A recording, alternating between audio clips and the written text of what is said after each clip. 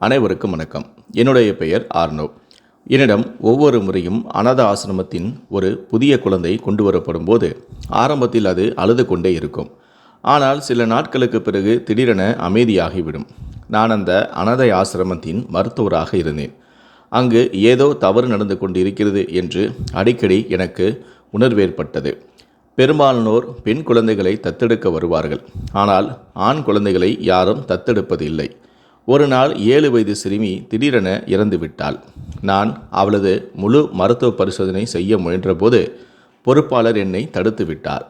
ஆனால் அவளது கழுத்தை நான் பார்த்ததுமே என் கால்களுக்கு அடியில் தரை நழுவியது போல் இருந்தது. ஒவ்வொரு நாளும் போல அன்றும் நான் நேரத்திற்கு அனாதை ஆசிரமத்திற்கு வந்துவிட்டேன். மருத்துவர் பட்டம் பெற்றிருந்தாலும் எனக்கு எங்கும் நல்ல வேலை கிடைக்கவில்லை. அதனால்தான் இந்த அனாதை ஆசிரமத்தில் வேலை செய்து கொண்டிருந்தேன். நான் அமர்ந்து வேலையை தொடங்கியிருந்த போது வெளியே சத்தம் கேட்டது. ஏதோ புதிய குழந்தை வந்திருக்கலாம் அல்லது யாராவது தத்தெடுக்கப்படுகிறார்களோ என்று நான் எண்ணினேன். உடனே நான் எழுந்து வெளியே சென்றேன். ஆனால் அங்கு நான் கண்ட காட்சி என் இதயத்தை உடைத்து விட்டது. ஒரு வார்டன் ஒரு அப்பாவி குழந்தையை மோசமாக அடித்து கொண்டிருந்தாள். அவள் ஏன் அப்படி செய்கிறாள் என்று எனக்கு புரியவில்லை. மற்ற ஊழியர்கள் கைகட்டி நின்று மௌனமாக இருந்தனர். எல்லாம் சாதாரணமாக இருப்பது போல தோன்றியது. நான் உடனே முன்னேறி அந்த வார்டனின் கையை பிடித்து கோபத்துடன் கேட்டேன், குழந்தைகளிடம் இப்படி நடந்து கொள்வதா? நீங்கள் இவ்வாறு எந்த குழந்தையும் துன்புறுத்த முடியாது. தயவு செய்து விலகி நில்லுங்கள் என்று நான் கடுமையாக சொன்னேன். ஆனால் அவளோ என் வார்த்தைகளை பொருட்படுத்தாமல் என்னை உற்று பார்த்தாள். டாக்டர், உங்கள் வேலை இங்கு சிகிச்சை செய்வது மட்டுமே. குழந்தைகளை எப்படி வளர்க்க வேண்டும் என்பதை நீங்கள் எங்களுக்கு சொல்ல தேவையில்லை என்றும் கூறினாள். அவள் இன்னும் கடுமையான குரலில் பேசினாள். ஒரு வார்டனின் பொறுப்பு குழந்தைகளுக்கு ஒழுக்கம் கற்பிப்பதுதான்.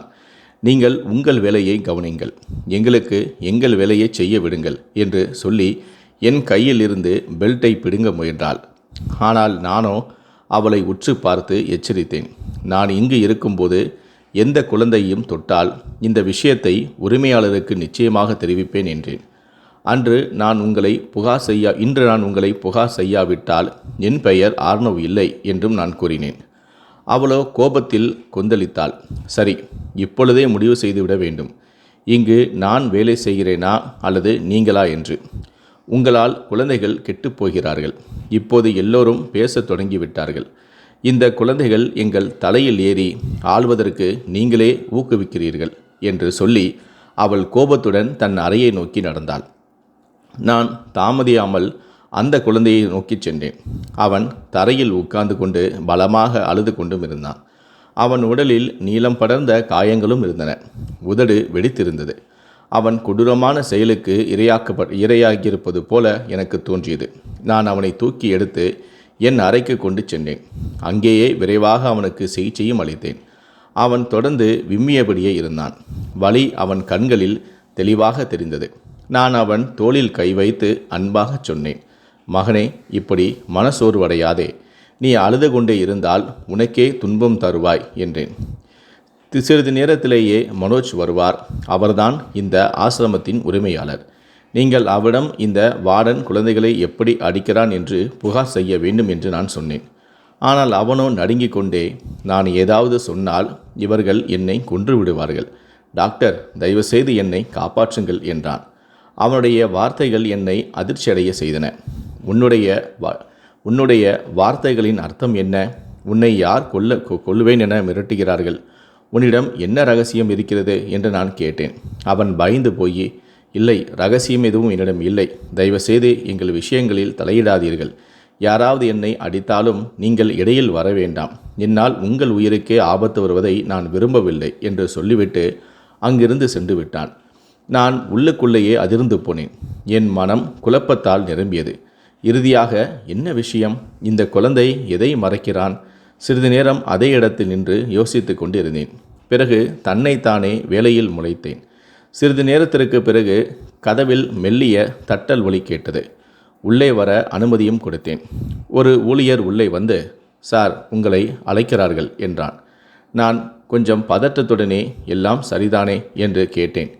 அவன் தலையாட்டி, இப்போது நடந்த சம்பவத்தை பற்றி பேச வேண்டும். 10 நிமிடத்திற்குள் நீங்கள் மனோஜ் சார் அறைக்கு வர வேண்டும், இல்லையென்றால் உங்களுக்கு எதிர்ப்பு நடவடிக்கை எடுக்கப்படலாம் என்றும் சொல்லிவிட்டு சென்றான். நான் திகைத்து போனேன். குழம்பி அங்கே நின்றேன். என்ன நடக்கிறது என்று, இதெல்லாம் ஏன் திடீரென நடக்கிறது என்று.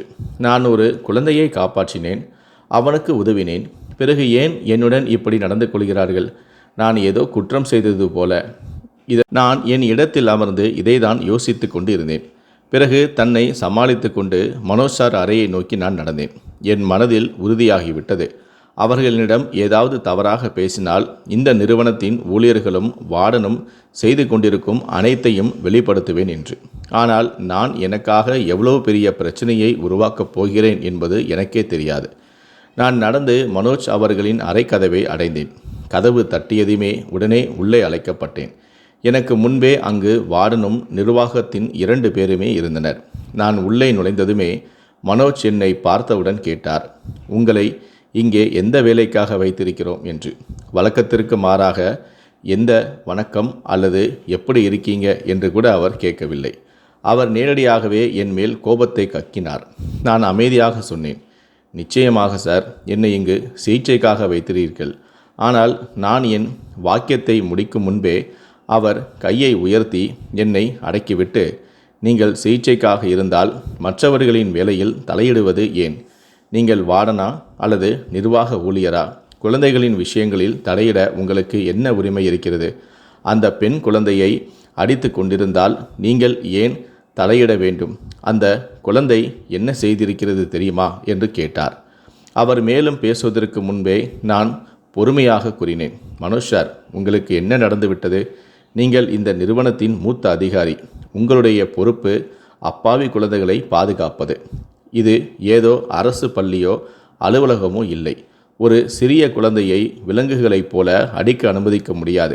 அந்த பெண்ணுக்கு யார் இந்த உரிமையை கொடுத்தார்கள்? ஒரு அப்பாவி குழந்தையை அடிக்க?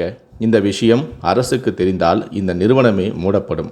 இங்கிருந்து உங்களுக்கு கிடைக்கும் நிதி உதவிகளும் நிறுத்தப்படும். ஐயா, நான் சொல்வதை புரிந்து கொள்கிறீர்களா என்று நான் கேட்டேன். நான் மேலும் பேசுவதற்கு முன்பே அவர் குறுக்கிட்டு, இப்போது நீங்கள் என்ன விரும்புகிறீர்கள்? உங்களுடைய ராஜினாமாவை தயாரிக்க சொல்லட்டுமா? உங்களை இங்கிருந்து நீக்கிவிடட்டுமா? இங்கு வேலை செய்ய விரும்பினால் உங்கள் வேலை வரம்புக்குள் மட்டுமே இருங்கள். ஒவ்வொருவரும் தங்களுடைய கடமைகளை செய்து கொண்டிருக்கிறார்கள். அந்த பெண்ணை பொறுத்தவரை நானே அவளுக்கு உத்தரவிட்டேன். எந்த குழந்தை சேட்டை செய்தாலும் அல்லது திருடினாலும் அதற்கு தண்டனை கொடுக்க வேண்டும் என்று. அந்த குழந்தை திருட முயற்சித்தது. இன்று நாம் அவர்களை தடுக்காவிட்டால் நாளை இவர்களே பெரிய குற்றங்களை செய்வார்கள். என் நிறுவனத்திலிருந்து ஒரு பயனற்ற கெட்ட குழந்தையும் வெளியேறக்கூடாது என்று நான் விரும்புகிறேன் என்றும் சொன்னார். அவரது வார்த்தைகளை கேட்டு நான் வருத்தத்துடன் தலையாட்டி, நிச்சயமாக ஐயா, அவன் திருடியிருந்தால் நீங்கள் அவனை அன்பாக புரிந்து கொள்ள சொல்லலாமே என்றேன். நான் என் வாக்கியத்தை முடிக்கவில்லை. அவர் மீண்டும் குறுக்கிட்டு, நான் உங்களுடன் வாதிட விரும்பவில்லை. நான் உங்களுக்கு இதை புரிய வைக்கவும் முயற்சிக்கின்றேன். இந்த அனாதை குழந்தைகளின் விஷயங்களில் தலையிடாதீர்கள். உங்களுக்கு கொடுக்கப்பட்ட வேலையை மட்டுமே நீங்கள் செய்யுங்கள். அதை செய்ய முடியாவிட்டால் நீங்கள் இங்கிருந்து செல்லலாம் என்று கூறிவிட்டு கதவை நோக்கி சைகை செய்தார். நான் அந்த பெண்ணை கடுமையாக பார்த்துவிட்டு மௌனமாக எனது அறையை நோக்கி நடந்தேன். என் மனமும் மூளையும் செயலிழந்து விட்டது. மனோஜ் சார் மிகவும் நல்ல மனிதர். அவருடைய இதயம் மிகவும் மென்மையானது. பிறகு ஏன் அவர் இன்று என்னை இப்படி திட்டினார்? இது எனக்கு புரியவும் இல்லை. நீண்ட நேரம் அங்கேயே உட்கார்ந்து இதை பற்றியே யோசித்து கொண்டிருந்தேன். களைப்புற்று வீட்டுக்கு திரும்ப முடிவும் செய்தேன். ஏனென்றால் அங்கு இருப்பது என் மனம் ஆரோக்கியத்தை கெடுத்து கொண்டிருந்தது. வழி நெடுங்கிலும் என் மனதில் ஒரே கேள்வி, ஏன் அந்த வார்டன் அந்த குழந்தையை அடித்தாள் என்று. எனக்கு தெரிந்த வகையில் அந்த அனாதை ஆசிரமத்தின் குழந்தைகள் திருடு செய்வதில்லை. ஏனென்றால் அவர்களுக்கு வெளியே செல்ல அனுமதி இல்லை. அப்படி இருக்க திருடுவதற்கு அர்த்தமே இல்லை. ஏதோ ஒரு பெரிய தவறு நடந்து கொண்டிருந்தது. ஆனால் எனக்கு அதன் ஆழம் புரியவில்லை. நான் இந்த அனாதை ஆசிரமத்தில் சில நாட்களாகவே பணிபுரிந்தேன். அதனால்தான் இங்குள்ள முறைகளை என்னால் நன்றாகவே புரிந்து கொள்ள முடியவில்லை. குறுகிய பயணத்திற்கு பிறகு வீடு வந்து சேர்ந்தேன். வழக்கம் போல என் மனைவி சமையலில் உணவு தயாரித்து கொண்டிருந்தாள். என் அம்மா கட்டிலில் அமர்ந்து என் மகனுடன் பேசி கொண்டிருந்தாள். என்னை பார்த்ததும் என் மனைவியும் வெளியே வந்தார் ஆச்சரியத்துடன். நீங்கள் இன்று இவ்வளவு சீக்கிரம் எப்படி வந்து விட்டீர்கள் என்று கேட்டுக்கொண்டே வந்து என் மனைவி தண்ணீர் கொண்டு வர ஓடினாள். என் அம்மாவும் கவலையுடன் கேட்டார்கள், மகனே, எல்லாம் சரிதானே, ஏதாவது கவலைப்பட தேவையில்லையே? நான் மெதுவாக தலையாட்டி ஆம் என்றேன். அறையில் ஓய்வெடுக்கலாம் என்று நினைத்து கொண்டிருந்த போது என் மொபைல் அலறியது. திரையில் மனோஜ் பெயர் மின்னியது. ஒரு கணம் தயங்கினேன். பிறகு தன்னை சமாளித்து கொண்டு காலை அட்டன் செய்தேன். அவர் கேட்ட செய்தி என் இதயத்தையும் மனதையும் உறக்க வைத்தது. திகிலுடன் நான் அனாதை ஆசிரமத்தை நோக்கி ஓடினேன். இது நடக்குமென்று நான் ஒருபோதும் எதிர்பார்க்கவில்லை. தெரிந்திருந்தால் நான் அவ்வளவு சீக்கிரம் வீட்டுக்கு திரும்பி இருக்கவே மாட்டேன். 15 நிமிட பயணத்தை 8 நிமிடத்திலேயே கடந்தேன். உள்ளே நுழைந்ததுமே நான் கண்ட காட்சி என் ஆத்மாவை நடுங்க வைத்தது. அதே சிறுவன், அந்த வார்டன் கொடூரமாக அடித்த சிறுவன், அவன் மாடியிலிருந்து குதித்து தற்கொலை செய்து கொண்டான். எல்லோருமே அவனை சுற்றி நின்று கொண்டிருந்தார்கள். நான் ஓடிச் சென்று அவனை தூக்கி மடியில் வைத்து கொண்டு முகத்தில் தட்டி கொடுத்தேன். ஆனால் மிகவும் தாமதமாகிவிட்டது. அவன் ஏற்கனவே உயிர் துறந்து விட்டான். நான் அதிர்ச்சியில் ஆழ்ந்தேன். 2 மாடி உயரத்திலிருந்து குதித்தாலும் இப்படி உடனடியாக இறந்து விடுவது எனக்கு புரியவில்லை. கை கால் முறிந்திருக்கலாம், தலையில் காயம் ஏற்பட்டிருக்கலாம், முதுகெலும்பு உடைந்திருக்கலாம். ஆனால் இப்படி உடனேயே இறந்து விடுவது ஏதோ சந்தேகத்திற்கிடமான விஷயமாக இருந்தது. உடனே மருத்துவ பரிசோதனை செய்ய முடிவும் செய்தேன். அவன் விழுந்ததால் இறந்தானா அல்லது வேறு காரணமா என்று தெரிந்து கொள்ள நான் விரும்பினேன். அவனை என் அறைக்கு எடுத்து செல்ல போனதுமே மனோஜ் சார் வெளியே வந்து கேட்டார், அவனை எங்கே கூட்டி போகிறாய் என்று. இப்போது இவனை மரணச் சான்றிதழுக்காக அனுப்ப வேண்டும். குளிப்பாட்டி அடக்கம் செய்ய ஏற்பாடு செய்யுங்கள் என்றார். நான் உடனே பதிலளித்தேன், இல்லை சார், இவன் விழுந்தாலும் இறக்கவில்லை, வேறு ஏதோ இருக்கிறது. 2 மாடியிலிருந்து விழுந்தவன் நேரடியாக இறந்து விடுவானா என்ன? எலும்புகள் முறியலாம், ஆனால் உயிர் போய்விடாது சார். என் வார்த்தையை நம்புங்கள், இதில் ஏதோ சதி இருக்கிறது என்று நான் சொன்னேன். ஆனால் அவரோ மறுத்துவிட்டார். நீங்கள் உங்கள் வேலையை கவனிங்கள். நீங்கள் ஏன் அவ்வளவு சீக்கிரமாக இங்கிருந்து வெளியேறினீர்கள்? நீங்கள் இருந்திருந்தால் இந்த பாக்கியமில்லாத குழந்தைக்கு சிகிச்சை அளித்திருக்கலாம் என்று என் மேலேயே கோபமாக பேசிவிட்டு குழந்தையை நிறுவனத்திடம் ஒப்படைத்து விட்டார். உடனடியாக மரணச் சான்றிதழுக்கு அனுப்ப வேண்டும் என்று கண்டிப்பாகவும் உத்தரவும் கொடுத்தார். எனக்கு எல்லாமே மிகவும் விசித்திரமாக தான் தோன்றியது. மனோஜ் சார் இந்த அவசர நடவடிக்கை எடுப்பதை நான் முதல் முறையாக பார்த்தேன். என் பார்வை ஒரு மூலையில் நின்ற அந்த வார்டன் மீது பட்டது. அவருடைய முகம் வெளுத்து போயிருந்தது. கண்களில் கண்ணீர். திடீரென எனக்கு பட்டது, இந்த பெண்ணுக்கு ஏதோ பெரிய துயரம் நடந்திருக்கிறது. அவள்தான் அந்த குழந்தையை அடித்தாளா? ஆனால் ஏன்? ஒரு திருட்டுக்காக ஒரு குழந்தையை இவ்வளவு கொடூரமாக அடிப்பாரா? அதுவும் ஒரு அனாதை குழந்தையை. நான் தலையை அசைத்துவிட்டு மௌனமாக என் அறைக்கு சென்று உட்கார்ந்தேன். என் மனமும் மூளையும் சிந்திக்கும் நிலையில் இல்லை.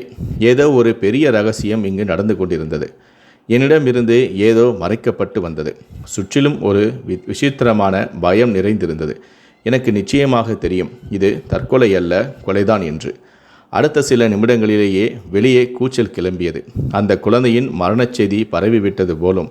நான் உடனே வெளியே வந்தேன். எல்லா குழந்தைகளுமே அந்த இறந்த குழந்தையை சுற்றி அமர்ந்து அழுது கொண்டிருந்தனர். அவன் எல்லோருக்கும் பிடித்தவனாக இருந்திருக்கின்றான். ஒவ்வொரு குழந்தையின் கண்களிலுமே கண்ணீர். விரைவில் இறுதி சடங்குக்கான ஏற்பாடுகளும் தொடங்கின. மனோஜ் சார் எனக்கு அதில் கலந்து கொள்ள அனுமதி மறுத்துவிட்டார். நான் போக விரும்பியிருந்தேன்.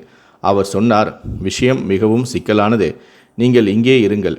கடவுள் அனுப்பினால் வேறு எந்த குழந்தையும் இப்படி செய்தால் நீங்கள் தான் சமாளிக்க வேண்டும் என்று.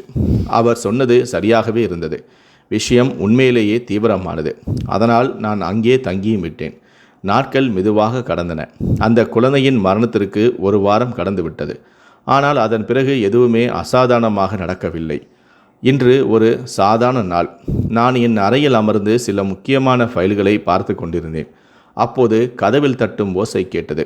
அனுமதி கொடுத்ததுமே 7 வயது சிறுமி ஒருத்தி உள்ளே வந்தாள். என் அருகில் நின்றாள். நான் எதுவும் சொல்வதற்கு முன்பே அவள் என் கையை பிடித்து, டாக்டர் சார், எனக்கு உதவுங்கள். நான் தத்தெடுக்கப்பட விரும்பவில்லை. நான் இங்கே இருக்க விரும்புகிறேன். ஆரியன் அண்ணன் சொன்னார், தத்தெடுக்கப்படும் பெண்கள் பாதுகாப்பாக இருப்பதில்லை என்று. நீங்கள் எல்லோருக்கும் உதவுகிறீர்களா? அன்று நீங்கள் ஆரியனை அந்த வார்டனிடமிருந்து காப்பாற்றினீர்கள். தயவுசெய்து எனக்கும் உதவுங்கள் என்றாள். அதை கேட்டு நான் திகைத்து போய் கேட்டேன், யார் அந்த ஆரியன் என்று. அவள் பதிலளித்தால், சில நாட்களுக்கு முன்பு இறந்துவிட்ட அண்ணன், அதாவது தற்கொலை செய்து கொண்டவன்தான் ஆரியன் என்றாள். நான் அதிர்ச்சி அடைந்தேன். என்ன அர்த்தம்? அவள் தொடர்ந்தாள், ஆரியன் அண்ணன் ஒரு முறை மனோஜ் சார் மற்றும் அவரது நண்பர்களின் பேச்சை ஒளிந்து கேட்டுவிட்டார். அன்றுதான் வார்டன் அவரை அடித்தாள். அவர் எங்களிடம் சொன்னார், எந்த பெண்ணும் தத்தெடுக்கப்படக்கூடாது எனவும், யாராவது வந்தால் சத்தம் போடுங்கள், அழத் தொடங்குங்கள், ஆனால் போகாதீர்கள் என்று. அவர் சொன்னார், நான் எல்லோருக்குமே உதவுவேன் என்று. ஆனால் திடீரென அவர் தற்கொலை செய்து கொண்டார். அவரிடம் ஏதோ ரகசியம் இருக்க வேண்டும், அது அவரை கொன்றுவிட்டது என்றும் சொன்னாள். ஒரு வாரமாக எல்லாம் அமைதியாக இருந்தது. எந்த குழந்தையும் தத்தெடுக்கப்படவும் இல்லை. ஆனால் இந்த முறை என்னை அனுப்புவார்கள். நான் போக விரும்பவில்லை. நான் இங்கே இருப்பேன். ஆரியன் அண்ணன் வார்த்தைகள் இன்னும் என்னை பயமுறுத்துகின்றன. நான் இங்கு பழைய உணவுதான் சாப்பிடுகிறேன். ஆனால் தத்தெடுக்கப்பட மாட்டேன். தயவுசெய்து எனக்கு உதவுங்கள் என்று அந்த சிறுமி கூறினாள். நான் எதுவும் சொல்வதற்கு முன்பே கதவு திறந்தது. வார்டன் உள்ளே வந்தாள். அவள் சொன்னாள், உன்னை அழைத்து செல்பவர்கள் வந்துவிட்டார்கள். ஆனால் இந்த சிறுமி துடித்து கொண்டு கத்தினாள். நான் எங்கும் போக மாட்டேன். நான் தத்தெடுக்கப்பட மாட்டேன். நீங்கள் போங்கள் என்றும் கூறினாள். அவளின் கூச்சல் என் ஆன்மாவை உலுக்கியது. நான் உடனே கத்தினேன். அவள் போக விரும்பவில்லை என்றால் ஏன் கட்டாயப்படுத்துகிறீர்கள்? அந்த பெண் கோபத்துடன் என்னை பார்த்து சொன்னாள், உங்களுக்கு எங்கள் வேலையில் என்ன தொந்தரவு? மௌனமாக இருங்கள். நீங்கள் வருகிறாயா அல்லது மனோஜ் சாரை அழைக்கட்டுமா என்று கேட்டாள். இதை கேட்டு அந்த சிறுமி பயத்தால் நடுங்கினாள். ஆனால் அந்த வார்டன் அவளை வலுக்கட்டாயமாக இழுத்து கொண்டு போனாள். நானும் உடனே வெளியே ஓடினேன். எல்லா குழந்தைகளுமே ஒரு மூலையில் நின்று பயத்தால் நடுங்கிக் கொண்டிருந்தனர். கௌரியை வார்டன் பலவந்தமாக அழைத்து சென்றிருந்தாள். என் இதயம் வேகமாக அடித்து கொண்டிருந்தது. விஷயம் சாதாரணமாக தெரியவில்லை. ஏதோ பெரிய குழப்பம் நடந்து கொண்டிருந்தது. ஒரு பெரிய சதித்திட்டத்தின் பகுதியாக இருப்பது போல எனக்கு தோன்றியது. அதுவும் இந்த அப்பாவி குழந்தைகளுடன். நான் ஏற்கனவே இதை உணர்ந்திருந்தேன். இங்கு பெண் குழந்தைகளை மட்டுமே தத்தெடுப்பார்கள். இதுவரை ஒரு ஆண் குழந்தை கூட தத்தெடுக்கப்படவில்லை. நான் இங்கு வந்து 2 மாதங்களுக்கு மேலாகிவிட்டது. இது எந்த அறியாத விஷயமும் அல்ல. மாறாக ஒரு ஆழமான ரகசியம், ஒரு சட்டவிரோத வியாபாரம் நடைபெறுகிறது. தற்போது நான் மௌனமாக இருந்தேன். ஏனென்றால் அவசரத்தில் பெரிய ஆபத்தை உருவாக்க விரும்பவில்லை.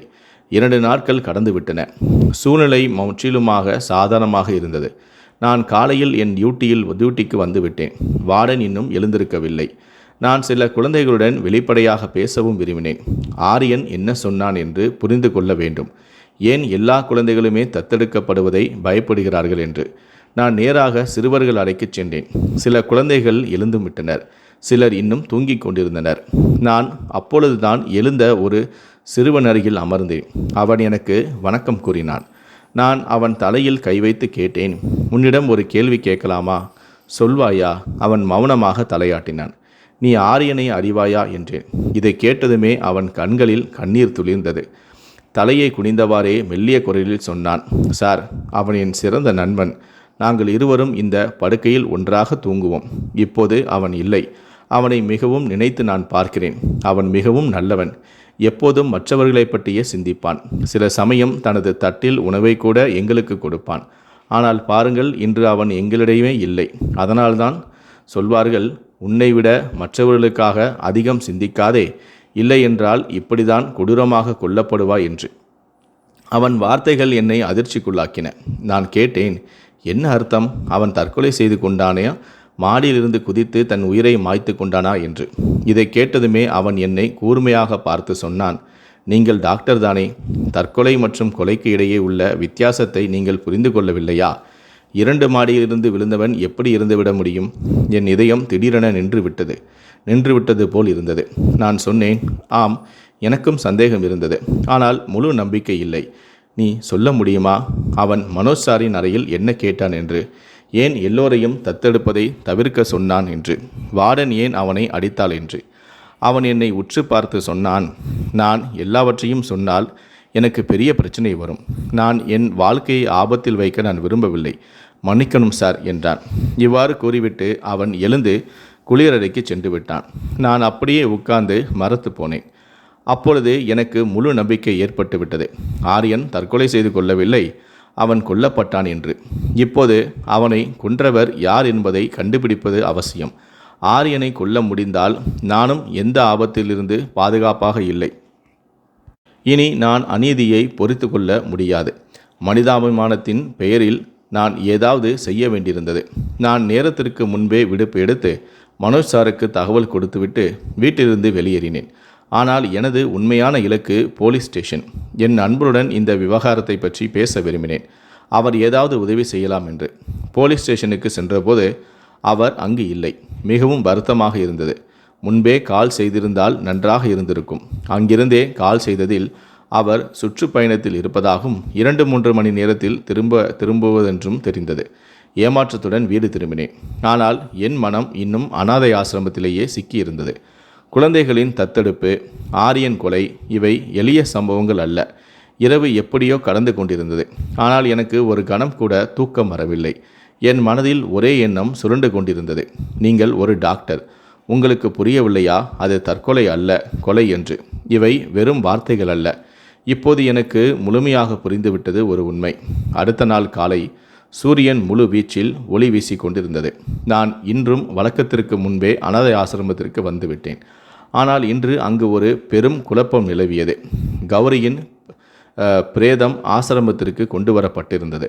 நான் உடனே அவள் பக்கமாக ஓடினேன். ஆனால் மனோஜ் சார் என்னை அவளை பரிசோதிக்க தடுத்தார். அவர் என்னை பார்த்து சொன்னார், போங்கள், உங்கள் அறைக்கு சென்று உங்கள் வேலையை கவனிங்கள் என்று.